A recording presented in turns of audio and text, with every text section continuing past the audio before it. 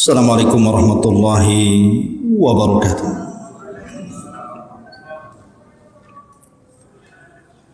Alhamdulillah wassalatu wassalamu ala Rasulillah wa ala alihi wa sahbihi wa mawalah wa la hawla wa la quwata illa billahi wa ba'du.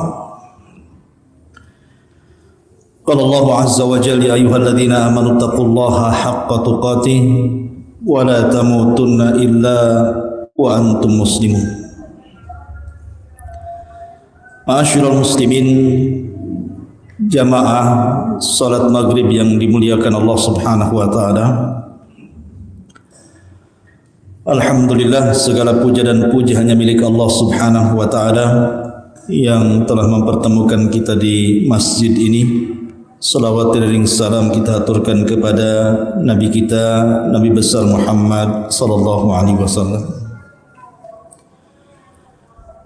Dan kita masih melanjutkan kajian kita, masih membahas tanda-tanda dari tanda-tanda kiamat besar. Dan ini pertemuan terakhir. Nanti mungkin kita akan mengupas tema lain setelah tema ini selesai. Ma'asyiral muslimin yang dimuliakan Allah subhanahu wa ta'ala, saya ulas kembali bahawa tanda-tanda kiamat besar itu ada 10. Dan kalau muncul salah satunya, maka akan terus muncul berurutan sampai kiamat dibangkitkan. Yang pertama sudah kita bahas, khurujud dajjal, munculnya dajjal. Dan dajjallah fitnah yang paling besar sejak Allah ciptakan Adam sampai kiamat dibangkitkan.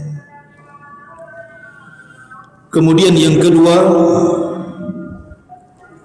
turunnya Isa bin Maryam. Dan turunnya Isa bin Maryam adalah alamatus sa'ah atau alamat tanda-tanda kiamat besar yang kedua yang ditugaskan oleh Allah Azza wa Jalla untuk membunuh Dajjal. Kemudian yang ketiga, khuruj Ya'juj wa Ma'juj, keluarnya kaum dari dua kabilah Yafis ibnu Nuh, turunan Yafis putra Nuh alaihi salatu wassalam, yang disebut dengan Ya'juj wa Ma'juj. Dua kabilah besar yang jumlahnya tidak ada yang tahu kecuali Allah. Maka ini 3 tanda dari tanda-tanda kiamat besar. Kemudian tanda yang keempat, muncul gempa dari arah timur dengan gempa yang sangat besar.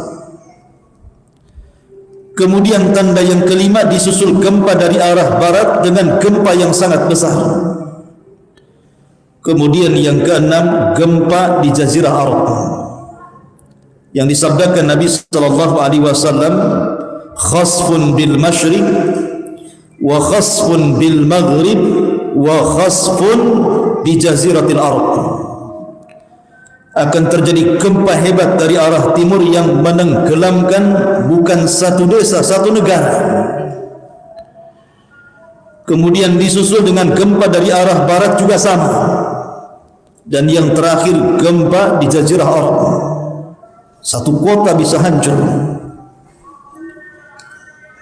Itu sudah berapa? Sudah 6 tanda-tanda kiamat besar.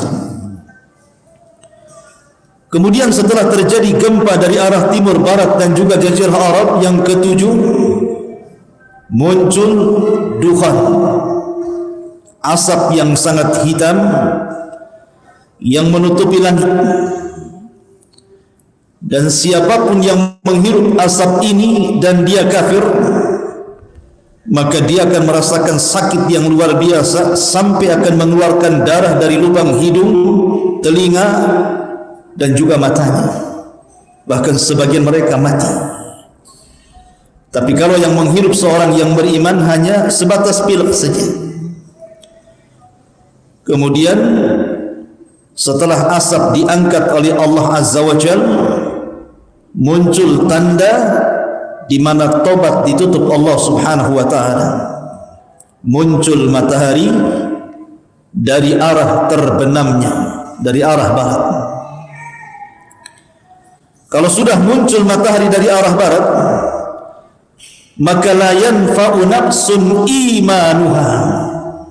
Tidak mungkin manfaat lagi iman seseorang.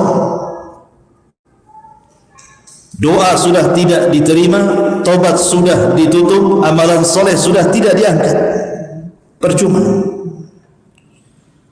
Kemudian alamat yang keberapa? Yang ke-9, huruj ad-dabbah, munculnya binatang melata yang tugasnya menstempel mukmin dan kafir. Dan yang terakhir yang kita akan bahas malam ini, khurujun nar, keluarnya api dari arah Hijaz dan juga Aden Yaman yang akan menggiring manusia sampai ke tempat berkumpulnya di Syam. Ini 10 tanda dari tanda-tanda alamat kiamat besar. Kalau sudah muncul 10 tanda ini, maka bumi dan alam semesta akan dihancur-hancurkan Allah. Masyaallah muslimin yang dimuliakan Allah Azza wa Jalla, adapun keluarnya api dari arah Yaman Aden ada dalam riwayat Hijaz, dan itu sudah dibuktikan oleh NASA bahwa di bumi Aden Yaman itu memang banyak burkan di dalam perutnya itu. Dalam perut bumi Aden itu banyak burkan, artinya api yang sangat besar. Lah api ini diciptakan oleh Allah Subhanahu wa taala untuk menjadi tanda-tanda akhir dari tanda-tanda kiamat besar. Nanti api ini akan keluar dari perut bumi, kemudian akan membakar lautan dan bermula dari Yaman, kemudian disusul di Hijaz. Hijaz itu Mekah dan Madinah, kemudian akan bersatu. Lah api ini tidak diciptakan membakar manusia, tapi dia membakar segala sesuatu yang disentuhnya. Kalau seandainya dia menyentuh pohon, maka terbakar pohon itu. Menyentuh rumah, terbakar rumah itu. Menyentuh gedung, terbakar gedung itu. Tapi manusia tidak akan terbakar, karena api ini hanya ditugaskan untuk menggiring saja. Jadi kalau kita diam, apinya juga diam. Kalau kita tidur, apinya diam. Tapi kalau kita jalan, apinya jalan. Dia hanya tugasnya menggiring saja. Jadi api ini nanti akan menggiring satu dunia dari ujung barat ke ujung timur, dari ujung selatan sampai ke utara, hanya menggiring manusia, mengumpulkan, diarahkan ke negeri Syam. Makanya Syam itu disebut Ardul Mahsyar, bumi tempat berkumpulnya manusia di akhir zaman. Lah tentu sebelumnya, sebelum ada api yang menggiring ini, ada tanda-tanda kiamat kecil yang terselip di antara tanda-tanda kiamat besar. Pertama, robohnya Ka'bah, dan itu setelah tidak ada yang haji lagi dan tidak ada yang umrah saat wafatnya Isa bin Maryam. Karena Isa itulah yang terakhir haji dan umrah bersama kaum muslimin. Maka ketika kemudian Ka'bah sudah tidak ditawafi lagi, tidak ada haji dan umrah, maka muncul pasukan dari negeri Ethiopia, negerinya Abraha, negerinya Habasyah, yang bernama Dzu Suwaiqataini. Orang yang bernama Dzu Suwaiqataini, orangnya tinggi, hitam, kemudian jalannya egang, karena kakinya seperti busuk. Namanya disebut Dzu Suwaiqataini, pemilik lutut yang bengkok. Itu bawa pasukan dari Ethiopia, dari Habasyah, kemudian datang ke Ka'bah. Maka Ka'bah dihancurkan sekeping demi sekeping sampai rata dengan tanah. Dan ini terulang Yang sebelumnya dari negeri Ethiopia juga yang hendak menghancurkan Ka'bah. Siapa? Abraha. Abraha itu dari Ethiopia, dari Habasyah, membawa pasukan gajah, tetapi Allah halau. Kenapa? Karena Mekah masih ada orang haji dan umrah. Tapi ketika kemudian Ka'bah sudah tidak ditawafi lagi, maknanya tidak ada haji dan umrah, nanti di akhir zaman, maka akan muncul pasukan dari negeri Habasyah, Ethiopia, dipimpin oleh Dzu Suwaiqataini. Di tangannya ada palu besar, kemudian mencongkel Ka'bah sebata demi sebata sampai rata dengan tanah. Kemudian digali dan diambil pembendaharaan isinya. Emas-emas yang di bawah Ka'bah itu semua diambil. Tapi kemudian tentara Dzu Suwaiqataini ini dihancurkan oleh tentara dari Yaman, dari negeri Himyar, dan dibunuh dan dikalahkan. Ini juga tanda kiamat kecil yang terselip di antara tanda-tanda kiamat besar. Termasuk juga tanda-tanda kiamat kecil yang terselip di tanda-tanda kiamat besar adalah munculnya angin yang sangat dingin sekali. Dinginnya itu sampai kemudian mencabut arwah orang-orang yang beriman walaupun memiliki iman sebiji zarah. Jadi angin ini akan masuk ke ketiak-ketiak orang-orang yang memiliki iman walaupun sebiji zarah. Tidak ada yang tersisa, sehingga yang disisakan hanya orang-orang yang tidak ada iman lagi, hanya orang-orang kafir dan munafik. Dari situlah Nabi SAW bersabda, la taqumus sa'atu illa ala syiraril khalqi. Tidak tegak hari kiamat kecuali di atas orang yang paling buruk yang hidup di permukaan bumi, karena sudah tidak ada orang yang beriman.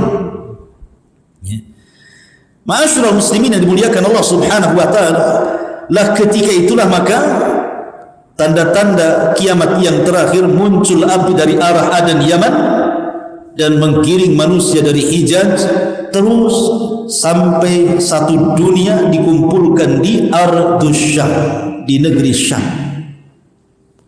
Apa yang terjadi setelah manusia dikumpulkan di negeri Syam? Maka Allah Subhanahu wa taala perintahkan Israfil. Israfil ini sebelumnya tidak meletakkan sangkakalanya di mulutnya, dan baru meletakkan sangkakala di mulutnya itu ketika Nabi SAW diangkat menjadi Nabi dan Rasul. Jadi ketika Rasul diangkat jadi Nabi dan Rasul, mulailah moncongnya sangkakala itu diletakkan di mulut Israfil.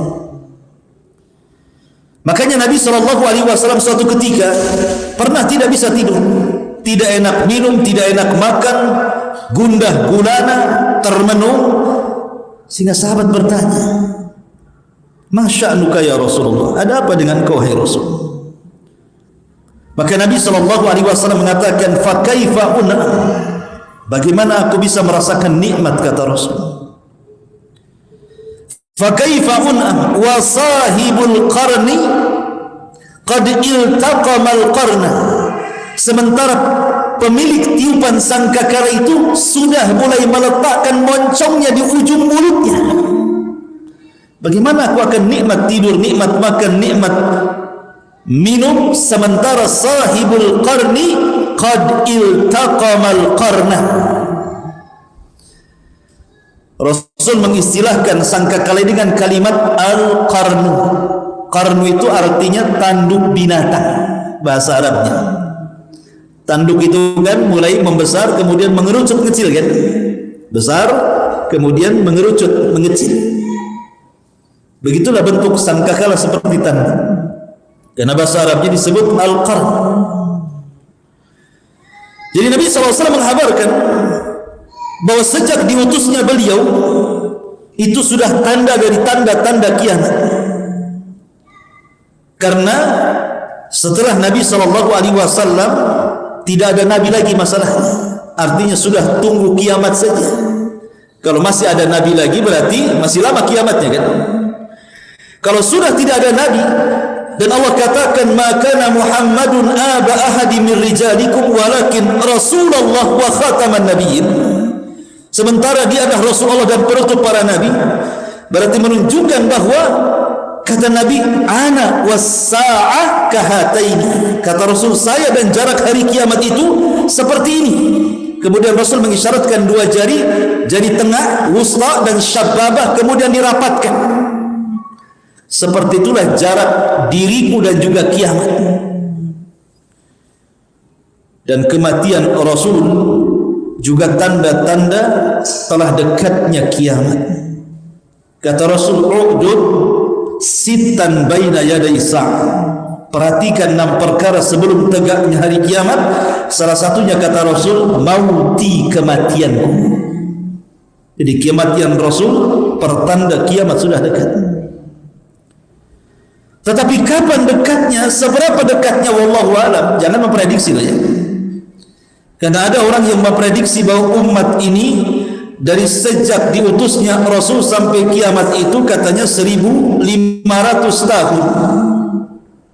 Dan sekarang sudah 43,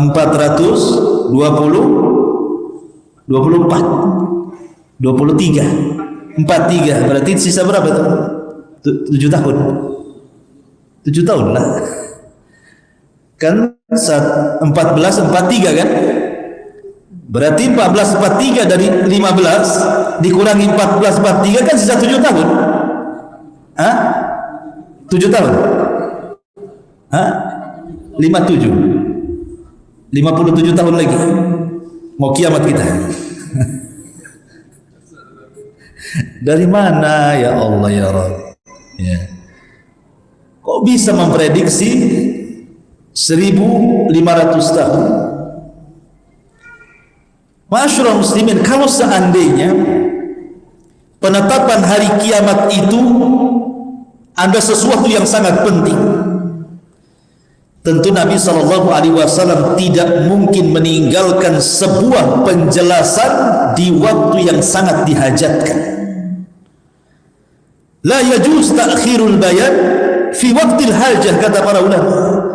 Tidak boleh mengakhirkan sebuah penjelasan padahal penjelasan itu sangat dihajatkan. Tetapi karena kiamat itu adalah rahasia Allah, Allah yang tahu. Sampai kepada Nabi dan malaikat Jibril saja tidak tahu. Ketika Jibril bertanya soal kapan kiamat, apa kata Rasul? Mal mas'ulu anha bi'a'lama minas sa'il.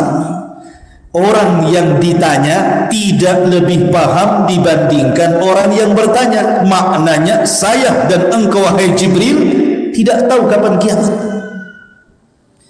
Kalau sekelas Rasul tidak tahu kapan kiamat, kemudian sekelas Jibril tidak tahu kapan kiamat, tiba-tiba muncul seorang ustaz yang memegang kunci hari kiamat atau jadi panitia hari kiamat, memprediksi bahwa kiamat sudah ditentukan waktunya. Akalnya di mana? Kok dia bisa mendahulukan Allah, Rasul, bahkan para malaikat? Ma'asyiral muslimin yang dimuliakan Allah Azza wa Jalla, makanya kenapa Allah rahasiakan kiamat itu? Karena ada hikmah. Ada hikmah di balik rahasia. Kenapa Allah tidak memberitakan kiamat itu? Kapan terjadinya? Hanya diberitahu waktunya saja. Fi sabihati yaumil jum'ah, di pagi hari yaumul jum'ah, itu saja. Kapan bulannya, kapan tahunnya, kapan tanggalnya, wallahu a'lam. Hanya disebutkan fi sabihati yaumil jum'ah, di waktu fajar di hari Jumat, itu saja. Makanya Jumat itu hari yang besar bagi kaum muslimin. Apa hikmah tidak diberitahukan? Supaya kita persiapan. Makanya ketika seorang badui datang kepada Nabi SAW, kemudian memaksa Rasul untuk memberitahu kapan kiamat. Ya Rasulullah, mata sa'ah. Rasul, kapan kiamat Rasul? Rasul tidak mau menjawab sampai 3 kali.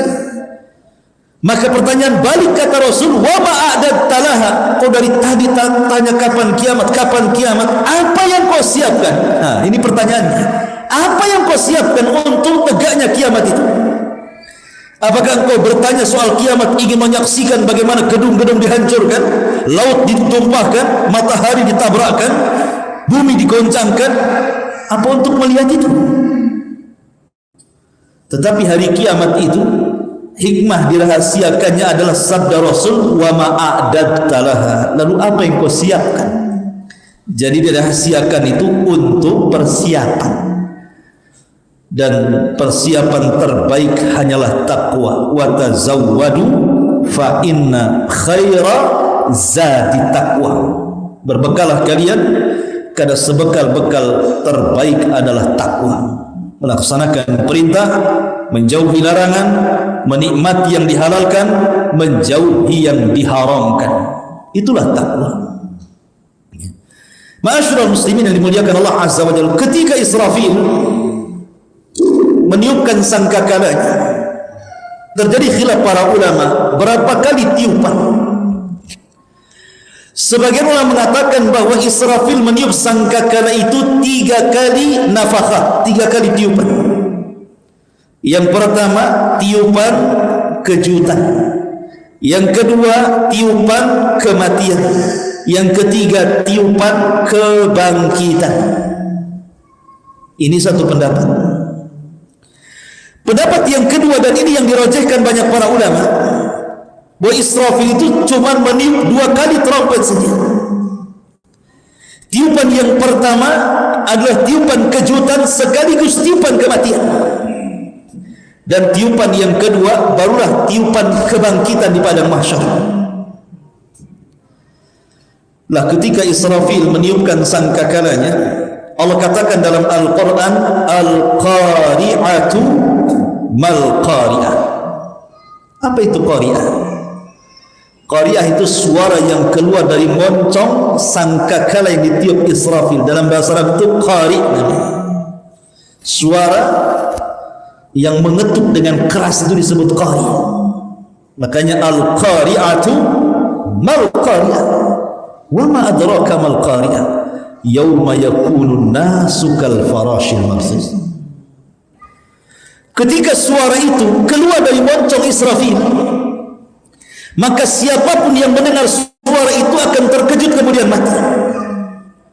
Jadi suara itu akan terus mencari manusia yang hidup, mencari jin yang hidup, mencari malaikat yang hidup. Setiap kemudian terdengar suara, mati. Terus berjalan suara ini, setiap terdengar mati, terdengar mati, terdengar mati. Begitu.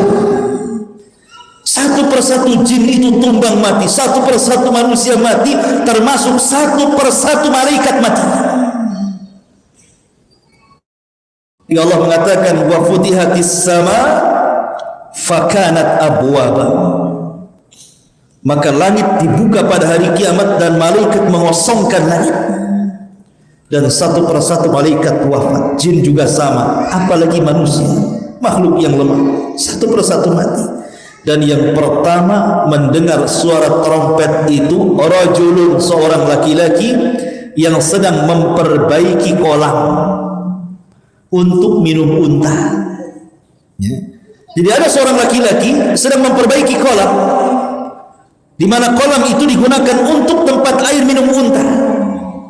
Dialah yang pertama kali mendengar tiupan sangkakala, tiba-tiba terkejut kemudian mati. Kemudian mulai ke jalan-jalan mati, masuk ke pasar-pasar, masuk ke rumah-rumah, masuk ke lubang-lubang, sehingga satu persatu manusia mati. Ketika tidak ada makhluk yang berakal kecuali dibinasakan oleh Allah Azza wa Jalla, mulailah suara itu menghancurkan satu persatu alam semesta. Bayangkan suara tiupan itu luar biasa dahsyat. Ketika kemudian tiupan itu mengenai bumi, apa yang terjadi? Idza zulzilatil ardu zilzalaha. Maka bumi yang kita pijak ini menjadi gempa. Zilzalah. Zilzal diidofahkan kepada bumi. Allah tidak mengatakan idza zulzilatil ardu zilzalan, bukan. Tapi Allah mengatakan idza zulzilatil ardu zilzalaha. Ada haknya di sini. Ha ini idhofah kemana? Kembali ke bumi. Kenapa diidhofahkan kepada bumi? Artinya gempa ini bukan di satu tempat, itu maknanya. Tapi satu bumi akan terjadi gempa. Kalau sekarang terjadi gempa di Lombok, di Batam tidak. Terjadi tsunami di Aceh, di Batam tidak. Tapi nanti kiamat, mau di Batam, mau di Tanjung Pinang, mau di Lombok, mau di Aceh, mau di Indonesia, mau di Australia, mau di mana-mana satu dunia terjadi gempa. Itu maksudnya. Makanya Allah idhofahkan dengan kalimat ha, zilzalaha. Dalam ilmu nahwu namanya mudhaf ilaih. Mudhaf ilaih. Jadi gempa diidhofahkan kepada bumi. Jadi satu bumi gempa. Bayangkan ketika suara trompet mengenai bumi, gempa satu dunia. Apabila suara trompet itu terdengar oleh lautan, apa yang terjadi? Wa idzal biharu fujirat. Maka air yang di lautan itu tertumpah ke daratan. Anda bisa bayangkan sebagian kecil laut Aceh itu. Ketika terjadi tsunami, tumpah air lautan ke daratan, berapa ratus ribu jiwa dalam hitungan detik mati. Tidak perlu jam, tidak perlu hari, tidak perlu minggu. Itu baru sebagian kecil laut Aceh saja. Gimana lautan satu dunia tertumpah ke daratan, sementara isi daripada lautan itu api yang membakar? Maka tidak ada yang selamat, ikhwan. Mau kemana lagi kita ini? Lihat dahsyatnya suara trompet itu. Dan apabila suara trompet itu memukul gunung-gunung, apa yang terjadi? Gunung itu pertama akan tercabut, karena gunung itu kan pasang. Allah mengatakan dalam Al-Quran, wal jibala autada, dan gunung-gunung itu jadikan pasang. Kalaulah tidak ada gunung, maka akan terjadi gempa yang disebut dengan vulkanik. Kenapa kemudian bumi ini menjadi stabil? Kita bisa berjalan tanpa ada lini, ada gunung yang menjadi pasak bumi itu. Makanya stabil bumi ini. Kita bisa berjalan tanpa harus goyang kiri kanan. Coba ada lini, sedikit saja lini itu ya. Kita ada goyang-goyangan itu ya. Karena ada gunung, itulah bumi stabil. Makanya Allah mengatakan wal jibalu autada, dan gunung itu jadikan pasak bumi. Ini pasak tercabut. Apabila pasak tercabut ini, kemudian gunung pun geser, kemudian keluar dari pasaknya, kemudian tiba-tiba gunung terbang ke atas, kemudian di langit diadu-adukan satu gunung dengan yang lainnya. Apa yang terjadi? Al-qari'atu mal-qari'ah wa ma adraka mal-qari'ah yawma yakunu an-nasu kal farashil mabthus wa takunul jibalu kal ihnil manfush. Bayangkan Allah mengatakan gunung itu seperti kapas. Antum ambil kapas, taruh di kipas, gitu kan? Hambur-hambur kemana-mana ya. Jadi awalnya tercabut, kemudian tergeser, kemudian terangkat, kemudian diadukan, kemudian jadi pasir, balik lagi ke bumi. Itu suara trompet bisa menjadikan gunung seperti itu. Apabila suara trompet ini mengenai bintang-bintang yang ada di langit, apa yang terjadi? Wa idzal kawakibun tasarat. Dan apabila bintang satu dengan yang lain itu ditabrak-tabrakan, satu planet dengan planet yang lain ditabrak-tabrakan, apa yang terjadi? Api di langit, api di bumi, api di lautan. Kira-kira siapa yang selamat? Nanti hari kiamat semua api. Jadi api di langit, api di bumi, api di lautan, api semuanya. Siapa yang bisa selamat dari kiamat? Ma'asyiral muslimin yang dimuliakan Allah Azza wa Jalla, dari sekian planet itu yang diselamatkan cuma 2, matahari dan bulan, tidak dihancurkan. Matahari dan bulan tidak dihancurkan. Matahari dan bulan ini tidak akan ketemu kan? Nggak akan ketemu matahari dan bulan itu, karena ketika matahari terbenam, bulan muncul. Kapan ketemunya? Ketemunya nanti pada hari kiamat. Matahari dan bulan itu akan dijadikan satu, ya, akan menyatu. Itu matahari dan bulan itu akan menyatu dan akan diletakkan nanti pada hari kebangkitan 1 mil di atas kepala. Dan itu disyaratkan dalam Al-Quran, wa jumi'asy syamsu wal qamar. ketika matahari digabungkan oleh Allah Azza wa Jalla dan diletakkan di atas kepala satu mil. Anda bisa bayangkan Allah Subhanahu wa taala sudah berikan nikmat meletakkan matahari itu di porosnya. Artinya suhunya sudah diatur. Kalau seandainya ini matahari di poros nih, kemudian matahari dikeluarkan dari porosnya, didekatkan ke bumi, terbakar bumi. Kalau matahari dicabut dari porosnya, dijauhkan dari bumi, beku bumi. Tetapi Allah paskan itu, sehingga tidak menjauh dari bumi dan tidak beku, dan tidak mendekati bumi sehingga terbakar. Bayangkan Allah Subhanahu wa taala memberikan nikmat luar biasa matahari itu. Dan nanti pada hari kiamat matahari itu akan digabungkan dengan bulan, kemudian diletakkan di atas kepala. Gimana rasanya? Ya rasakan saja nanti. Ma'asyiral muslimin yang dimuliakan Allah Azza wa Jalla. Kemudian apa lagi yang terjadi? Apabila tiupan sangkakala terkena, makhluk-makhluk yang ada di langit, para malaikat satu persatu berjatuhan tumbang, meninggal.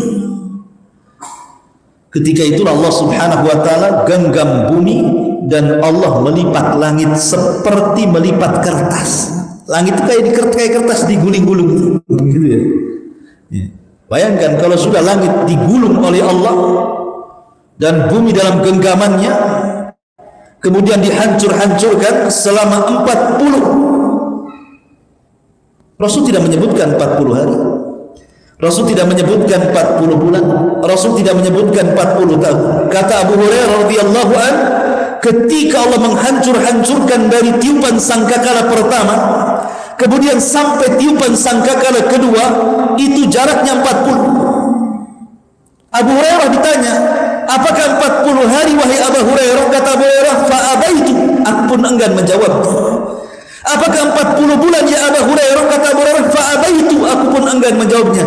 Apakah 40 tahun? Fa'abaitu, aku pun enggan menjawabnya. Yang jelas jarak tiupan antara dua sangkakala itu saat Allah hancur-hancurkan bumi dan langit dan alam semesta itu 40. Tetapi kalau disebut angka biasanya terlama. Berapa? 40 tahun. Ya bisa 40 bulan, bisa 40 hari. Tapi biasanya kalau disebutkan angka diambil terlama. Berarti jaraknya 40 tahun.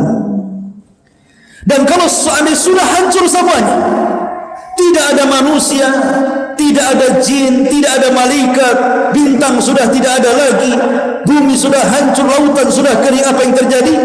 Maka Allah Subhanahu wa taala akan datang, kemudian akan memanggil-manggil makhluknya dan mengatakan, limanil mulkul yaum, limanil mulkul yaum.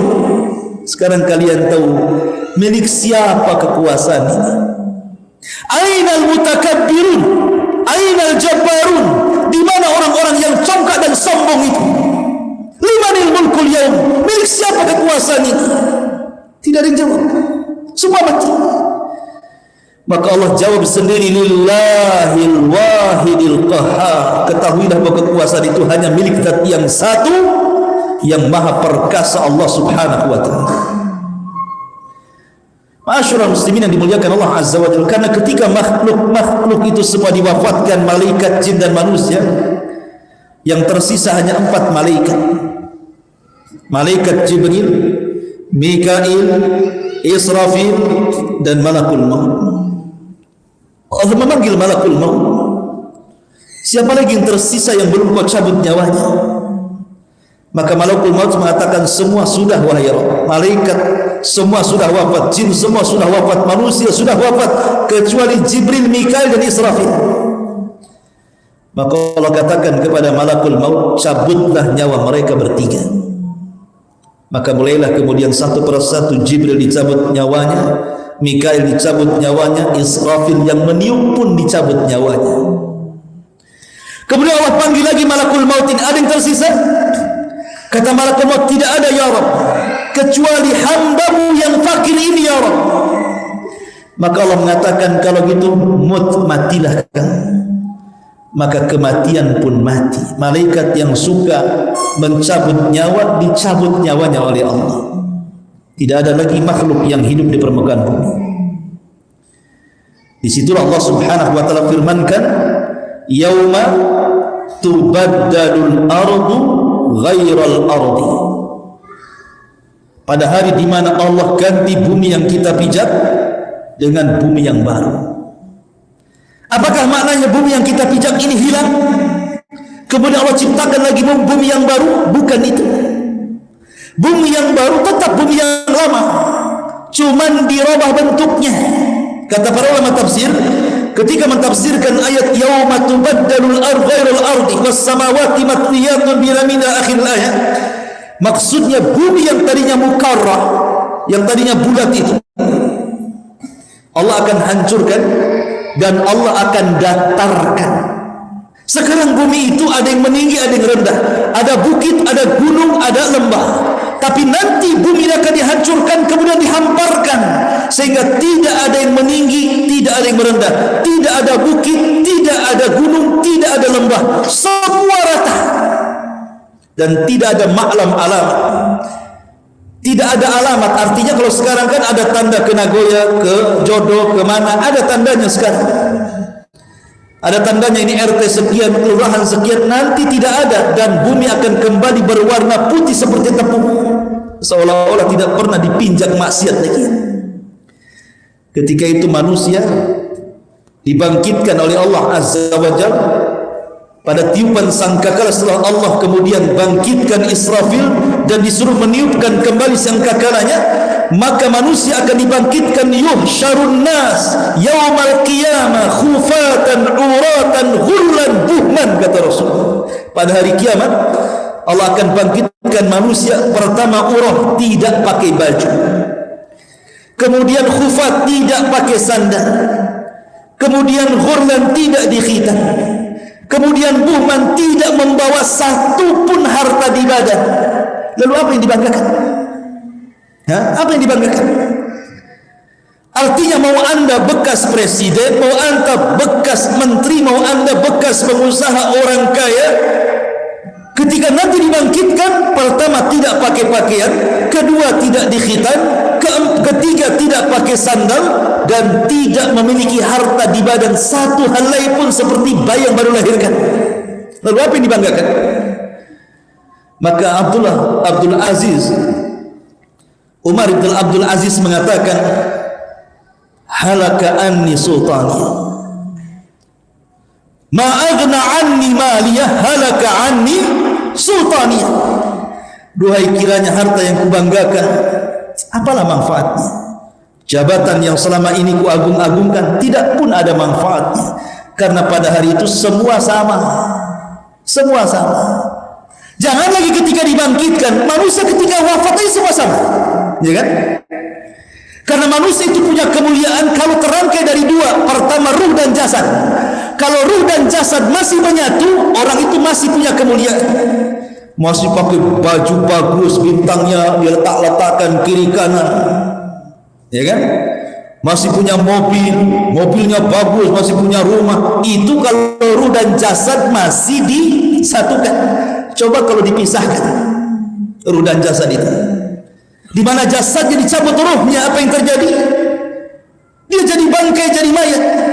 Pakaiannya seragam, semua warna putih, warnanya putih semua. Tidak ada mayat itu dibungkus pakai kain batik, itu tidak ada ceritanya. Semua putih, kain kafan harganya murah, bisa dikoyak. Ke kuburan saya pakai keranda, pakai mobil ambulan kan itu, ambulan partai yang mengantarkannya. Sampai di kuburan apa yang terjadi? Ditinggal oleh keluarganya, hartanya jadi rebutan anak warisannya. Lalu apa yang dibanggakan? Itu baru mati, gimana hari kiamat? Masyaallah muslimin yang dimuliakan Allah Azza wa Jalla, intinya bahwa ketika manusia dibangkitkan itu, maka yang pertama kali dibangkitkan siapa? Nabi SAW. Sayalah orang yang pertama siuman, kata Rasul. Tapi setelah itu aku melihat Musa sedang bersandar. Aku tidak tahu apakah dia duluan yang bangkit ataukah diriku, kata Rasul.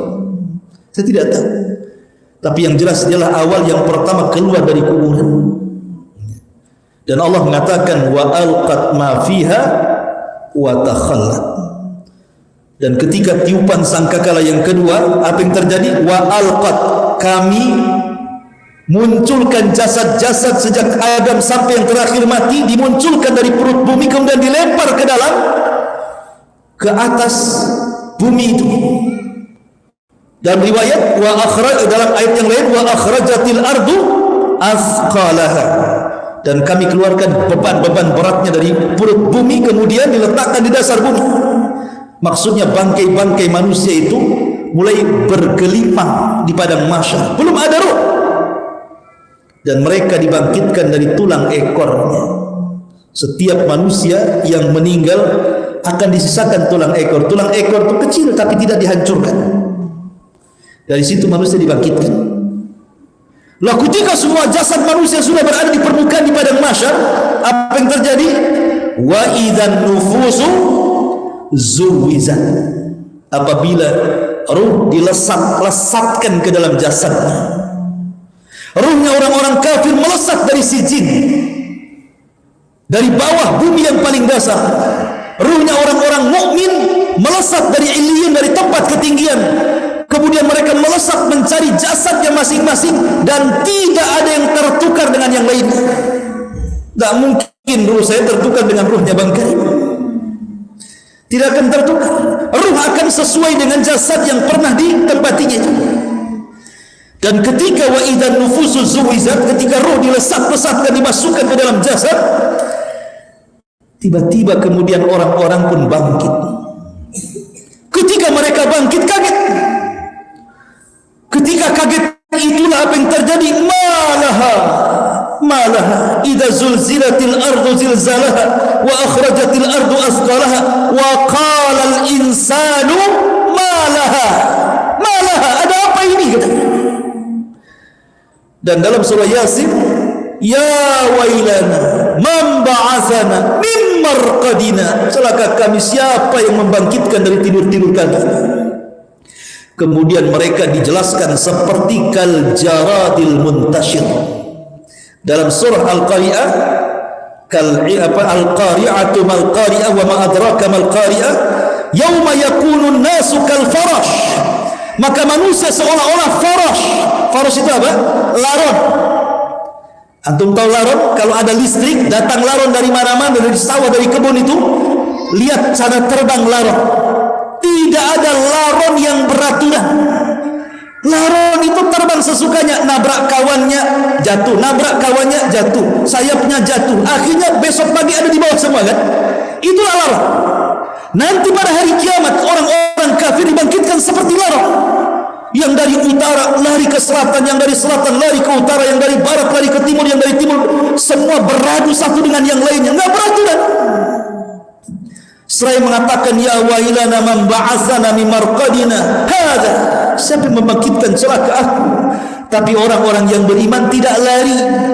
Tiba-tiba ketika dibangkitkan, sebelahnya ada istrinya yang saleh, ada orang tuanya yang saleh dan saleh, anak-anaknya yang saleh dan saleh.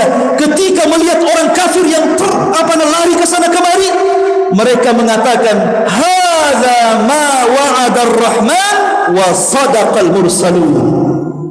Mereka tenang dan mengatakan inilah janji Allah dan benarlah ucapan para rasul. Walladzina amanu wattaba'athum dzurriyyatuhum biimanin alhaqna bihim dzurriyyatuhum. Dan orang-orang yang beriman kemudian akan dikumpulkan bersama orang-orang yang diajak beriman dari keluarganya, dan akan berkumpul kelak.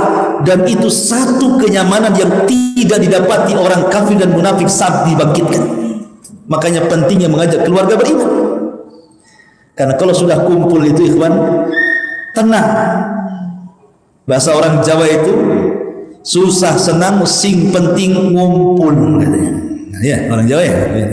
Kenapa? Senang. Kalau kumpul itu apa yang dimakan ya senang.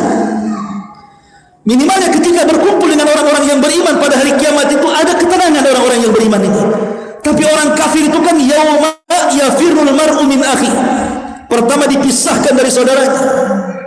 Wa ummihi wa abi, dipisahkan dari ibu bapanya. Wa sahibatihi wa bani, dari anak-anaknya. Likulli imri'in minhum yauma idzin sya'nun yughni. Masing-masing orang sibuk. Sampai Aisyah radhiyallahu anha mengatakan, ya Rasulullah, kalau wanita dibangkitkan telanjang, mungkinkah orang memandang aurat yang lainnya? Ya Aisyah, kata Rasul, al-amru yawma idin asyad. Nanti hari kiamat itu perkaranya sangat keras. Enggak mungkin orang sempat mandang aurat orang. Orang dah sibuk menyelamatkan diri sendiri. Masyarul muslimin yang dimuliakan, inilah terjadinya kiamat, maka berakhirlah silsilah hari kiamat. Insyaallah mungkin ke depannya kita akan mengkaji kitab sejarah ya. Ada namanya kitab Rahiqul Makhtum. Itu sejarah singkat Nabi SAW dari lahir sampai wafat, sudah diterjemahkan. Nama kitabnya Rahiqul Makhtum, karya Al-Imam Al-Mubarakfuri. Kitab itu bagus sekali. Yang mudah-mudahan bisa kita selesaikan sirah Nabi dalam setahun, sehingga kita paham sejarah Nabi dari awal sampai akhir. Wallahu a'lam. Sudah isya. Subhanaka wa bihamdika asyhadu an la ilaha illa anta astaghfiruka wa atubu ilaik. Allahu ta'ala. Assalamualaikum warahmatullahi wabarakatuh.